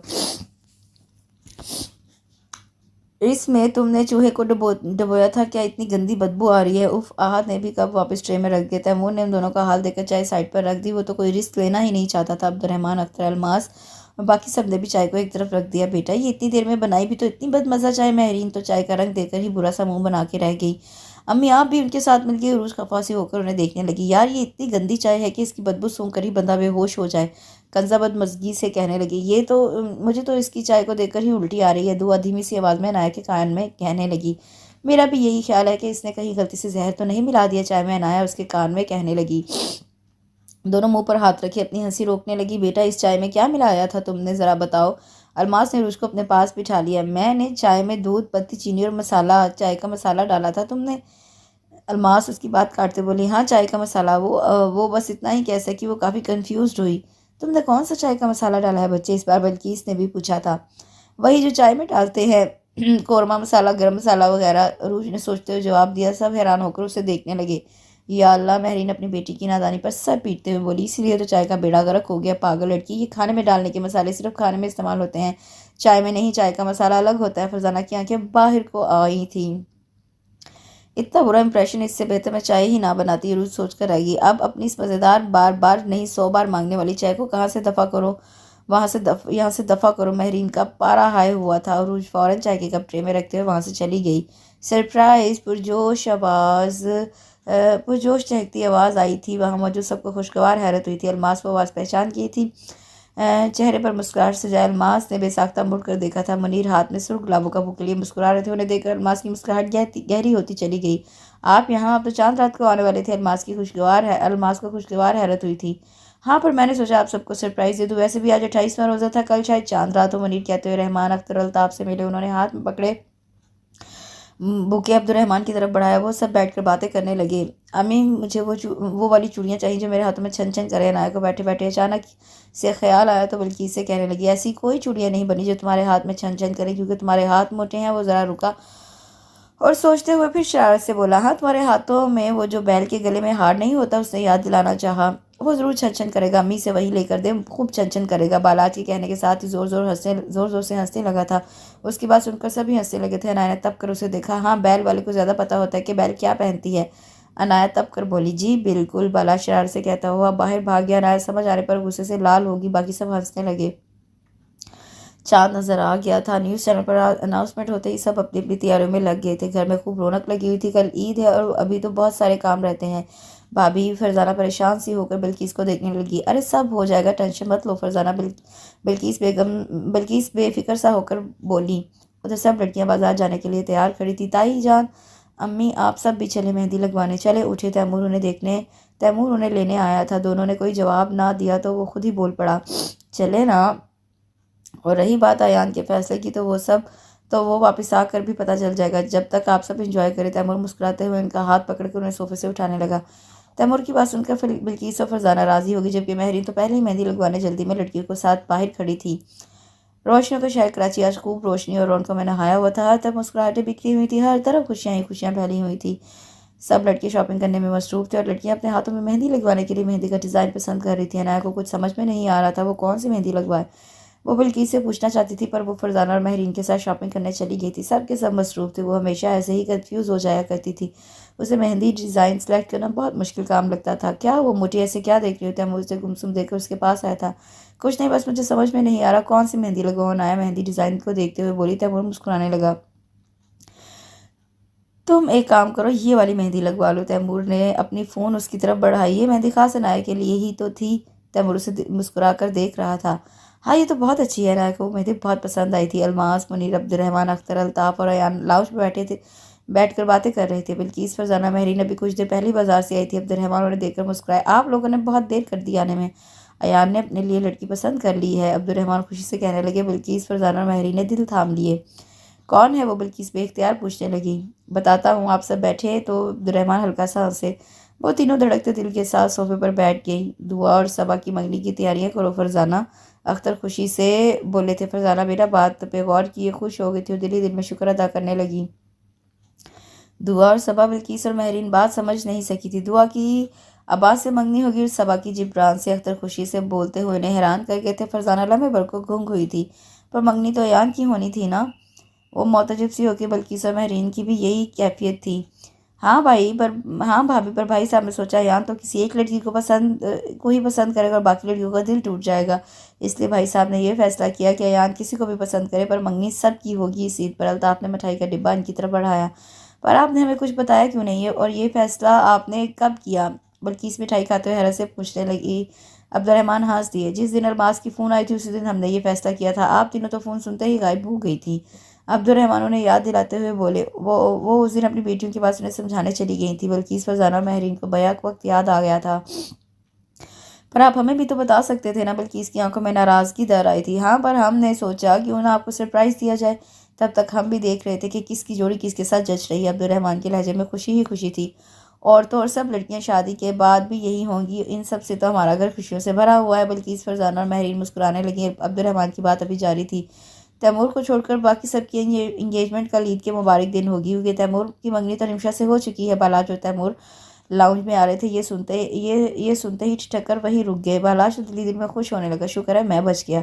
बचपन में मंगनी हो जाना भी किसी नेमत से कम नहीं। तैमूर गहरी सांस लेते हुए धीमी आवाज़ में बोला, हाँ ऐसी नेमत जो दिखे ही ना। तुम्हारी बचपन की मंगनी बचपन में ही रह गई है। बालाश ने हल्का सा कहका लगाया। तैमूर ने मुक्का लहराकर उसे चुप करवाया था। वो दोनों भी लाउंज में जाकर बैठ गए। अब आप सब सुन लें कि किसकी मंगनी किससे होगी। अब्दुलरहमान जरा सीधे होकर बैठ गए। दुआ और अब्बास, उरूज और आहद, कंजा और बालाज, सबा और जिब्रान। वो बेहद खुशी से बताने लगे। खुश और मुतमईन तो अब फरजाना, बल्कीस और महरीन भी थी। हैं, इसका मतलब है अयान ने किसी लड़की को पसंद नहीं किया? फरजाना ने हैरत से भवें छोड़कर उन्हें देखा। भाभी, अयान ने अनाया को पसंद किया है। अलमास हंसने लगी। अयान मुस्कुरा रहा था, बल्कि इसके 14 तबक रोशन हो गए। उन्हें तो यकीन ही नहीं आ रहा था। उनकी मांगी हुई दुआएं अनाया के हक में कबूल हो चुकी थी। फरजाना और महरीन भी दिल से खुश हुई थी। ऐसे अचानक से कैसे? बल्कि समझ नहीं पा रही थी। खुशी से उनकी आंखें नम हुई थी। भाभी, अचानक से नहीं, अयान ने तो अनाया को फ़ोटो देखकर ही पसंद कर लिया था। अलमास ने इंकशाफ किया। हाँ भाभी, हम पूरी तैयारी से आए हैं। मुनीर मुस्कुराते हुए बोले। आपने सारी तैयारियां कर ली हैं? बल्कि इस फरजाना और महरीन हक्का बक्का रह गई। हाँ, सारी तैयारियां हो चुकी हैं। ईद की शाम को इन सब की इंगेजमेंट होगी। अब्दुलरहमान पुरसुकून सा मुस्कुरा दिया। दुआ, उरूज, कज़ा सबब बहुत खुश थी, क्योंकि उनकी मेहनत रायगा नहीं गई थी। अयान तो उनके लिए एक चैलेंज था।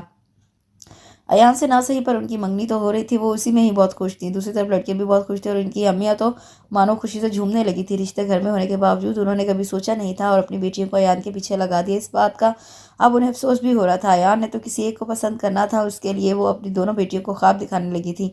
किसी एक का भी ख्वाब टूटता तो उन्हें वाकई बहुत तकलीफ पहुंचती। वो दिल ही दिल में अल्लाह का शुक्र अदा कर रही थी कि उनकी दोनों बेटियों की को खुशियाँ मिल गई थी। बल्कि इसकी खुशी का तो कोई ठिकाना ही नहीं था। नाया अब भी हैरान थी। अम्मी, आपने आपने मीर अंकल को बुलाया है? तैमूर ने मौका देकर आखिर फरजाना से पूछ लिया। मुझे नहीं पता बेटा, तुम्हारे अब्बू को पता होगा, और वैसे भी वो इस्लामाबाद में रहते हैं, वो कहाँ आ सकेंगे? फरजाना ज्वेलरी निकालते हुए मसरूफ से अंदाज में बोली। तैमूर का मुंह उतर गया। इसको क्या हुआ? अख्तर कमरे में आए तो उसका लटका हुआ मुंह देखकर पूछने लगे। पूछ रहा था आपने मीर भाई को बुलाया है या नहीं? फरजाना ने ज्वेलरी बॉक्स बंद कर दिया। उनसे बात हुई थी मेरी, वो नहीं आ सकेंगे। तैमूर ने बेख्तियार अख्तर को देखा। पर हाँ, उनकी बेटी रिमशा 3-4 माह से कराची अपनी खाला के घर रह रही है, वो आ जाएगी। अख्तर ने मुस्कुराते हुए तैमूर को देखा। तैमूर के लबों पर बड़ी जानदार मुस्कुराहट फैल गई थी। ईद नमाज पढ़ते ही सबको ईद की मुबारकबाद देने के बाद वो सब अपनी अपनी तैयारियों में मसरूफ़ हो गए थे। सुबह से ही गहमा गहमी और अफरा तफरी का आलम था। सब लड़कों और लड़कियों की तैयारियां अरूज पर थी। सब अपने अरमान और शौक पूरे करने में लगे हुए थे। अनाया अब भी हैरान थी। उसे समझ में नहीं आ रहा था कि अचानक ये कैसे हुआ, क्या हुआ। कल भी बौखलाई हुई थी और आज भी ऐसे ही हो। तैमूर अंदर आते हैं हल्के फुल्के अंदाज में बोला, यार वो अचानक मुझे कैसे पसंद कर सकता है? मेरा मतलब है वो जब से यहाँ आया था मुझसे बात करना तो दूर की बात कभी ठीक से देखा तक नहीं। अनाया सख्त रोहानसी हुई थी। तैमूर ने कहका लगाया, तुम तो देखा करती थी उसे और पसंद भी करती थी। तैमूर दोनों हाथ सीने पर बंधे उसे बगौर देखने लगा। हाँ, मैं तो करती हूँ उसे पसंद। अनाया ने फ़ौरन सर हिलाते हुए एतराफ़ किया था। वो मज़े से हंसने लगा। क्या सच में? पीछे से आवाज़ आई। अनाया ने बेसाख्ता मुड़कर देखा। अयान उसकी सारी बातें सुन चुका था। वो मुस्कुराता हुआ उसके मुकाबले आ गया। अनाया झीप सी। अयान बेहद महफूज हुआ। मैंने तुम्हें अचानक से पसंद नहीं किया है, तुम मुझे हमेशा से ही पसंद थी। अयान की आंखें चमक रही थी, उसके लबों पर दिलफरेब मुस्कुराहट थी। उस दिन चॉकलेट और वो गुलाब मैंने भिजवाया था तुम्हें। अनाया ने उसकी आंखों में झांका, फिर मुस्कुराकर नजरें झुका गई। तैमूर मजे से पाँव पसारे बैठा उन्हें देख रहा था जैसे कोई फिल्म चल रही हो। मुझे तैमूर ने उसी दिन बता दिया था कि उसने तुम्हें कुछ नहीं बताया है। उसने मुझे कहा कि अनाया को ईद के दिन ही सरप्राइज देना। अयान अब तैमूर को देख रहा था तो वो उन दोनों की बातों से लुत्फानंदोज हो रहा था। और जो उस दिन तुमने दुआ के समोसों की तारीफ की पर मेरे खाने की तारीफ क्यों नहीं की? उसने शिकायती निगाहों से देखा। अयान हंस पड़ा। वो तो मुझे तैमूर ने कहा कि अनाया को जलाओ, कसम से मेरा ऐसा कोई इरादा नहीं था। अयान अनाया की शिकायत दूर करने लगा। अनाया ने मुंह बिगाड़ कर तैमूर को खा जाने वाली नजरों से देखा। तैमूर गड़बड़ा के रह गया। खैर छोड़ो इन सारी बातों को। अयान ने अनाया को अपनी तरफ मुतवज्जह किया। ये देखो, मैं तुम्हारे लिए छन छन करने वाली चूड़ियां लाया हूँ। अयान ने सिल्वर खूबसूरत सी कांच की चूड़ियां उसकी तरफ बढ़ाई। अनाया चूड़ियों को देखकर बहुत खुश हो गई। वो बेसाख्ता मुस्कुराई।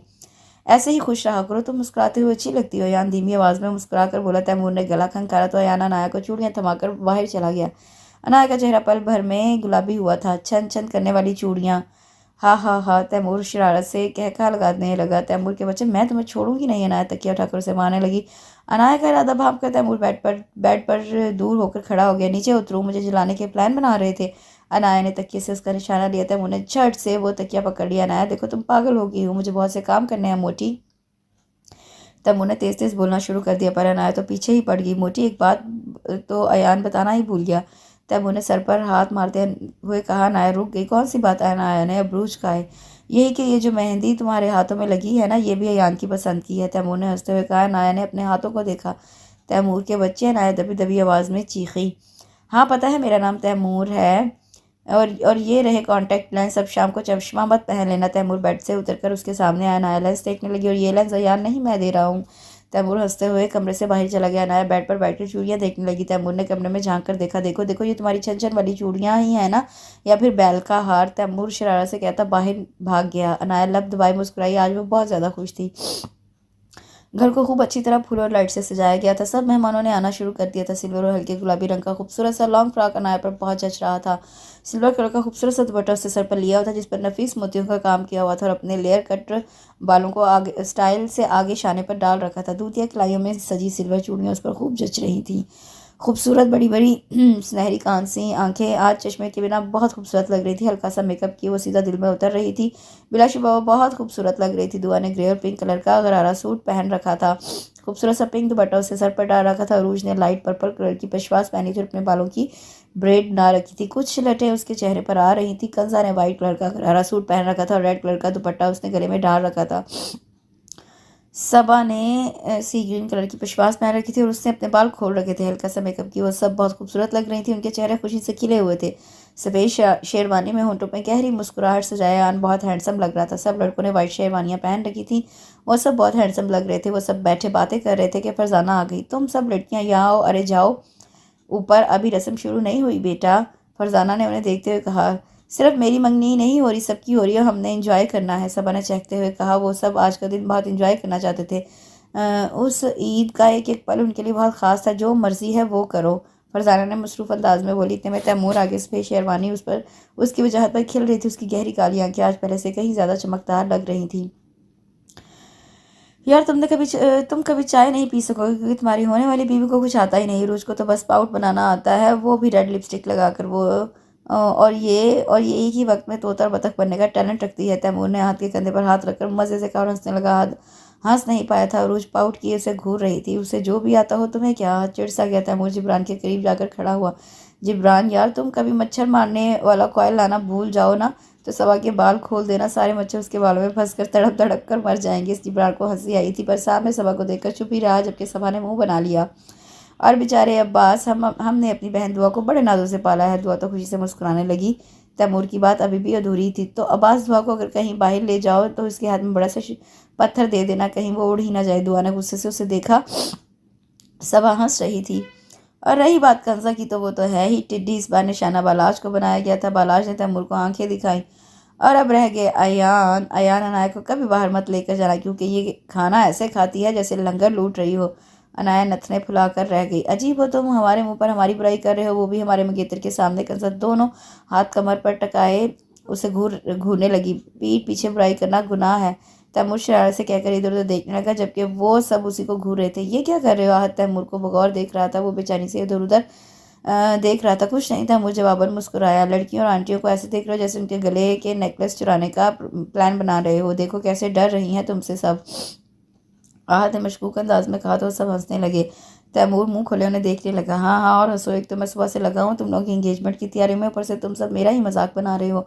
और दूसरा, अब्बू और ताया को ज़रूरत क्या थी इतने मेहमान बुलवाने की? तैमूर झिंझला कर बोला। ओह अच्छा, तो तुम रिमशा को ढूंढ रहे हो? अनाया शरारत से कहकर हंसने लगी। नहीं, मैं सोच रहा हूँ तुम्हारी मंगनी के बाद तुम सब अपने अपने मंगेतरों को आप कहोगी या तुम? तैमूर ने बात को बदलते हुए कहा। आप ही बोलेंगे। बालाज ने मुस्कुराकर कंजा को देखा। मुंह देखा है पहले, आप वाला मुंह तो बनाओ। कंजा ने नफी में सर हिला दिया। बाकी सब लड़कियां भी दुआ की बात पर मुत्तफिक थी। अच्छी खासी बहस लग चुकी थी और जिससे ये बहस लगवाई थी उसे बड़ा मज़ा आ रहा था। बस कर जाओ प्लीज़, बस करो। ये लड़वा रहा है और तुम लड़ रहे हो। नाया ने बहुत मुश्किल से उन्हें चुप करवाया था। वो तैमूर को घूरने लगी और तैमूर हंस रहा था। यार इसका मतलब ये हुआ कि रिमशा मुझे आप कहा करेगी और तुम सबको तुम से ही मुखातिब किया जाएगा। तैमूर ने कहकर लगाते हुए जिब्रान को ताव लगाते हुए कहा। जिब्रान को ताव आया। अब इसमें रिमशा कहाँ से आ गई? जिब्रान मुतजस्सिस सा तैमूर ने कांधे उचकाए। आई नहीं बल्कि वो आ गई है। आयान की बात पर तैमूर बेताब सा हुआ। कहाँ है? तैमूर बेसाख्ता बोला। वो देखो मामी के साथ खड़ी बात कर रही है। अयान ने कुछ फासले पर खड़ी फरजाना की तरफ इशारा किया जो किसी लड़की को उनकी तरफ इशारा करते हुए बात कर रही थी। तैमूर ने जैसे उसकी तरफ इशारा उसके हाथ के इशारे की तरफ देखा, वो चकरा गया। उसकी तो हैरत से आंखें बाहर आने को थी। क्या ये रिमशा है? सभी मबहूत से होकर रह गए थे। नहीं नहीं, ये नहीं हो सकता। नहीं नहीं, तैमूर बेताबाना अंदाज में बोला। वो रो देने को था।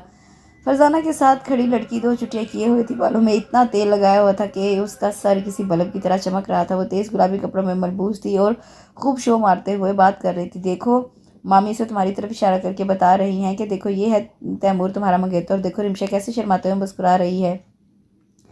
अयान की इस बात पर सब हंसने लगे। तैमूर से हंसा भी नहीं जा रहा था। उसकी तो हालत पतली हो रही थी। भाई जो भी कहो, हम सब बहुत खूबसूरत हैं, लेकिन रिमशा को देखो कितना इतरा रही है।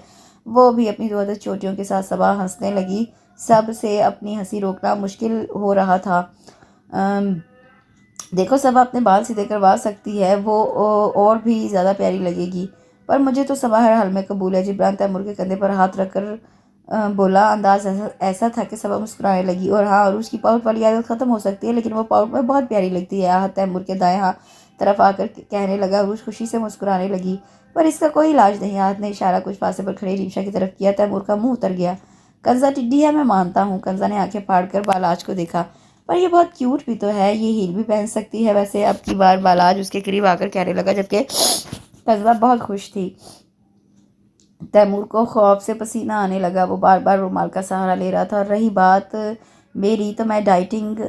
अनाया सोचने लगी, फिर कहा नहीं कर सकती। सब कहका लगाकर हंस पड़े। पर अनाया जैसी है वैसी ही बहुत प्यारी है, उसे डाइटिंग की कोई ज़रूरत नहीं। अयान ने एक निगाह उसके चेहरे पर डाली। अनाया के लबों पर एक खूबसूरत सी मुस्कुराहट आ ठहरी थी। वो उसे बिना पलक झपके देखता रहा। यार कैसे जालिम लोगों को दिलासा देने की बजाय डरा रहे हो? तैमूर चिढ़ने लगा था। वो देखो देखो, चची उसे यहाँ भेज रही है। देखो कैसे दुपट्टा लहरा लहरा कर आ रही है। वो बास ने इशारा किया। तैमूर सख्त सदमे का शिकार था। तुम्हारी पूरी ज़िंदगी उसके सर से तेल निकालने में गुजर जाएगी। अयान के लहजे में अफसोस था। और हाँ, अम्मी कहती हैं जिस सर पे तेल लगाता है उसके सर में जुएँ भी होती हैं।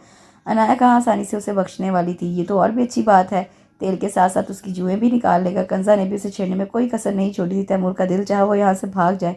बस भी करो तुम सब। तैमूर ने हाथ जोड़कर उन्हें चुप करवाया। वो लड़की भी वहीं चली आई थी। मिलवाओगे नहीं? अयान ने दोनों बाजू सीने पर बंधे तैमूर ने इस बात में सर हिलाया और 2 कदम खुद ही उसके आगे जा खड़ा हुआ। हाँ, ये मेरी मंगेतर है। तैमूर ने ऐसे कहा जैसे वो खुद से ही सवाल कर रहा था, जबकि लड़की का चेहरा गुस्से से लाल हो गया। ओह हेलो अंकल, ये मंगेतर किसको बोल रहे हो? शक्ल देखिए अपनी। लड़की को जी भर के गुस्सा आया था। तुम्हें अम्मी ने यहाँ क्यों भेजा है? वो भी मेरी तरफ इशारा करके। अभी वो कुछ और कहने लगी थी कि तैमूर ने उसे रोक दिया। मैंने आंटी से दूल्हा दुल्हन का पूछा था, तुम खुद उनके सामने आकर खड़े हो अंकल। लड़की ने लफ्ज़ अंकल पर जोर दिया था और तनपन करती चली गई। सब हंसने लगे थे। तैमूर को चिढ़ाने का मज़ा ही अलग था। तैमूर ने सुख भरी गहरी सांस ली और खुद भी हंसने लगा। उसकी तो जान में जान आ गई थी कि वो रिमशा नहीं थी। अम्मी बात तो सुने। फरजाना उनके पास से गुजर रही थी। तैमूर ने उन्हें आवाज़ देकर रोकना चाहा। बेटा अभी मुझे ज़रा काम है, उन्होंने जवाबन मुस्कुरा कर कहा था। नहीं मेरी बात तो सुने, रिमशा कहाँ है? वो आई नहीं। तैमूर उनके पीछे लगकर उनके कदम थम गए। हाय कितने बेशर्म हो तुम, सीधा रिमशा का ही पूछ रहे हो? फरजाना मुँह पर हाथ रख कर बोली। तैमूर को तो वाकई शर्म आने लगी थी। मामी इसे बता दे वरना ये मेहमान भगा देगा सबको। देख के कैसे ऐसे घूर घूर घूर कर देख रहा है जैसे ये कोई चोर हो, उसे डर रहे हैं मेहमान बेचारे। अयान आगे बढ़कर फरजाना को कहने लगा, हाँ चाची बता दें। अब्बास भी उनके करीब आ गया। फरजाना ने गहरी सांस ली। हाय अल्लाह। फरजाना सर पर हाथ मारते हुए इधर उधर देखने लगी। रिमशा बेटा इधर आना ज़रा। उन्होंने कुछ फासले पर खड़ी लड़की को आवाज़ दी। उसका रुख दूसरी तरफ था। फरजाना की आवाज़ पर वो पलटी।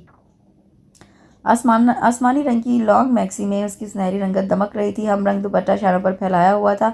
लंबे स्याह रेशमी बाल शाने पे आगे को डाल रखे थे। गहरी स्याह आंखें, घनी स्याह पलकें, छोटी सी नाक, गुलाब की पंखड़ी जैसे पतले से होंठ ठोड़ी पर पड़ता खम उसे मजीद खूबसूरत बना रहा था।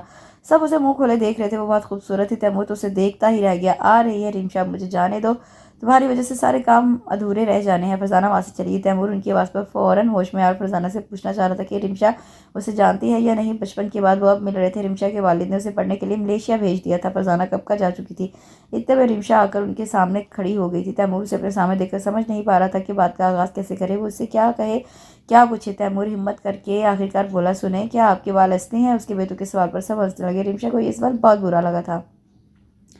नहीं, ये विग है। तकरीब खत्म होने के बाद उतार कर हुक में टांग दूंगी। रिमशा ने तंजियां हंसकर जवाब दिया। तैमूर ये सुनकर उसके बाल को गौर से देखने लगा। तैमूर ने हाथ बढ़ाकर उसके बाल छूना चाहे। रिमशा 2 कदम पीछे हुई।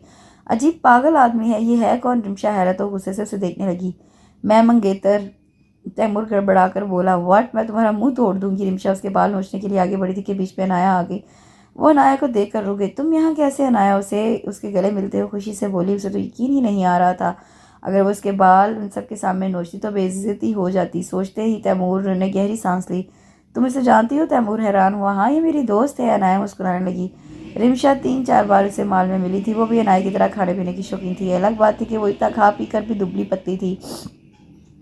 उनकी मॉल में दोस्ती हो गई थी। अनाया नहीं जानती थी कि वह तैमूर की रिमशा है। वो दोनों जब भी मिलती साथ शॉपिंग करती थी। पर ये गलत बात है, ये तुम्हारी दोस्त है, तुमने मुझे बताया नहीं था। वो नाराज़गी से कहने लगा। अनाया ने तुम्हारे साथ धोखा किया है। तुम्हारे ही मंगेतर को तुमसे छुपा कर रखा। तौबा तौबा तौबा। अयान तैमूर के कान में कहने लगा। सब कब से उल्टी सीधी बात की जा रही हो? रुको, मैं तुम्हें छोड़ूंगी नहीं। रिमशा गुस्से में कहती हुई उसकी तरफ जाने लगी। क्या कर रही हो? ये तैमूर है, फरजाना चची का बेटा। अनाया ने उसका बाजू पकड़कर उसे रोका। क्या सच में? रिमशा को यकीन ही नहीं आ रहा था। ये तैमूर है। सब मैं तैमूर की तरफ इशारा करके कहकर गया। सॉरी, मुझे पता नहीं था आप तैमूर है। रिमशा माजरत करने लगी। वो शर्मिंदा थी। नहीं रिमशा, इसको आप जनाब कहकर बुलाने की कोई ज़रूरत नहीं। हम इसको तैमूर कहते हैं, कहकर बुलाते हैं। आप भी तैमूर ही कहा करें। उसको हम इतनी इज्जत देते हैं। जिब्रान ने रिमशा को टोका। वो मुश्किल अपनी हंसी कंट्रोल कर पाई थी। तैमूर ने जिब्रान को आंखें दिखाई। ये क्या कर रहे हो? तैमूर दांत निकालते हुए बहुत धीमी आवाज़ में बोला। क्योंकि जब हमें कोई आप नहीं बोलेगा तो तुम्हें भी कोई आप नहीं बोलेगा। जिब्रान ने सरगोशी की। बिल्कुल। हाथ आगे को हुआ। ये क्या खुसर बुसर कर रहे हो तुम लोग? अनाया उन्हें घूरने लगी। तुम तो बात ही मत करो। ये तुम्हारी दोस्त है, पहले क्यों नहीं बताया था? मुन्ने उब्रू से रिमशा की तरफ इशारा किया। ये तो मुझे कहाँ पता था ये वही रिमशा है। ये तो इत्तेफाकन मेरी भाभी निकली। नाया ने जान छुड़ाना चाहिए। हाँ नाया सही कह रही है। तैमूर ने जो बेतुका सवाल किया, आपके बाल अस्सी हैं, बड़ा मज़ा आया। मुझे लगा था मेरे भाई की बातें बेतुकी हैं, लेकिन उसके तो सवाल भी बेतुकी हैं। सब मुँह पर हाथ रखकर हंसने लगी। बड़ा मज़ा आया। तैमूर ने चिढ़कर उसकी नकल उतारी। हाँ, वो क्या है कि पूछना ही पड़ता है। जिस लड़के ने बचपन से अपनी बहन के चुड़ैल जैसे बाल देखे हों तो वो ऐसे ही सवाल करेगा ना। तैमूर ने भी खूब अच्छी तरह बदला लिया। सब हंसने लगे। अनाया और रिमशा ने अपनी हंसी रोक ली थी। ये क्या कह रहे हो? इतनी अच्छी तो लग रही है मेरी बहन। हाथ की बात सुनकर सब बहुत खुश हो गई। अगर तुम्हारी ऐसी बातों पर इसको रोना आ गया ना तो उसका मेकअप जो उसने भर भर के किया वो ख़राब हो जाएगा और सब डर कर भाग जाएंगे कि ये कौन सी मखलूक है। आधा के हका लगाया तो सबा ने उसका पैर अपने सैंडल से दबाया। हाथ उछल पड़ा। सबकी हंसी थी कि थम ही नहीं रही थी। अब बस भी करो, आज हम सबकी इंगेजमेंट है और तुम आज के दिन भी शुरू हो गए।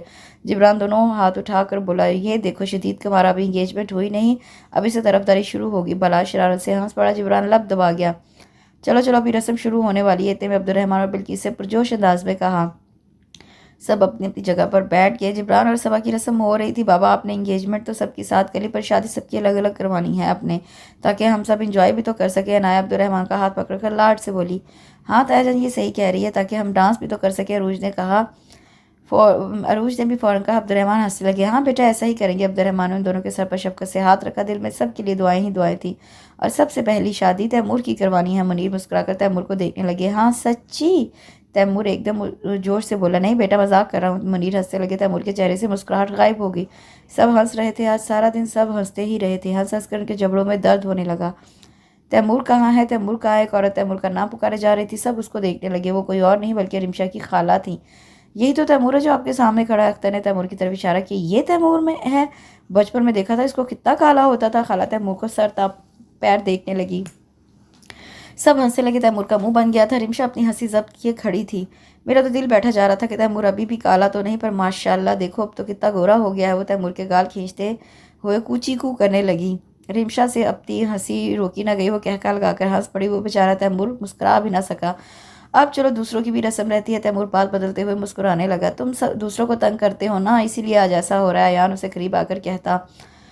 तैमूर ने इसे भवें सुकेड़ कर घूरा। सबकी रस्म खूब अच्छे से हो गई थी। अब बस अयान और अनाया की रस्म रहती थी। यार जल्दी से अंगूठी पहना दो इस मोटी को। तैमूर ने हंसते हुए अनाया को छेड़ा। मेरी दोस्त मोटी नहीं है। रिमशा कमर पर हाथ रखकर बोली।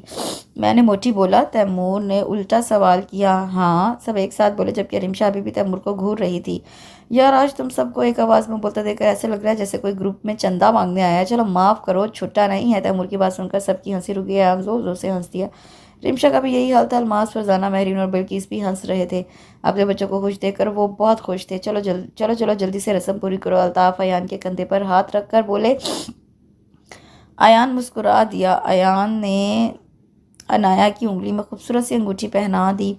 सब उन्हें मुबारकबाद देने लगे। बल्कि इसने सब बच्चों को दुआएं दी। सबकी रस्म हो चुकी थी। अनाया देखो, हमारे यहाँ एक और भी रस्म होती है। एंगेजमेंट के बाद लड़की 2 माह की डाइटिंग करती है। मुनीर शरारत से कहते हुए अनाया के होश उड़ा गए थे। अयान लब दबाए मुस्कुराने लगा। सब अपनी अपनी हंसी रोके सीरियस सी शक्ल बनाए खड़े थे। अयान ने घबराकर उन सबको देखा। बेफिक्र रहें अंकल, हमारे ख़ानदान में हर रस्म पूरी की जाती है। और जहाँ बात है आपके यहाँ की रस्म की, तो अनाया 2 क्यों बल्कि पूरे 4 महीने की डाइटिंग करेगी। बालाज अनाया की तरफ से बोला तो अनाया ने उसे कहा जाने वाली नज़र से देखा। या अल्लाह, ये कैसी रस्म है। अनाया को दिल ही दिल में घबराहट होने लगी। क्यों तंग कर रहे हैं बेचारी बच्ची को। अलमास अनाया की रौनी सूरत देखकर प्यार से बोली। क्या इसका मतलब मुनीर अंकल मजाक कर रहे हैं। अनाया गहरी सांस लेकर हंस पड़ी। हाँ बेटा। अलमास से गाल छूकर बोली। सब कहा लगाने लगे। क्या फुप्पो, कितना मज़ा आ रहा था। तैमूर ने नाराज़गी से कहा। अलमास हंसने लगी। मेरी दोस्त को तंग करके मज़ा आ रहा था। रिमशा ने हैरत से मुंह खोलकर तैमूर को देखा। हाँ, मज़ा तो आपको भी आ रहा है, इसलिए चुप खड़े हंसी जा रही थी। तैमूर ने जिताया तो रिमशा सर झुकाकर हंसने लगी। दूसरी तरफ अनाया डाइटिंग का नाम सुनकर गहरी सोच में गुम थी। अयान ने उसका बाजू झंझोड़ने लगा। नहीं करवा रहे तुमसे डाइटिंग मोटी। अयान ने पहली बार उसे मोटी कहा था। यह सुनकर अनाया उसे नासमझी से देखने लगी। मोटी किसे बोल रहे हो। अनाया ने उसे मसनूई गुस्से से देखना चाहा, पर खिलखिलाकर हंस पड़ी। सबकी हंसी की आवाज़ें घर में गूंज रही थी। अब्दुर्रहमान अपने सारे बच्चों को देखकर बहुत खुश थे। देखिए भाई साहब, ये मीठी ईद बच्चों की खुशी में और भी मीठी हो गई है। अलमास ने खुशी से अब्दुर्रहमान की तरफ देखा। मीठी ईद की मीठी खुशियाँ इनकी सारी ज़िंदगी को मीठा कर गई थी। इसके साथ इस खूबसूरत से कज़न बेस्ड फ़नी नावल का इख्तिताम होता है।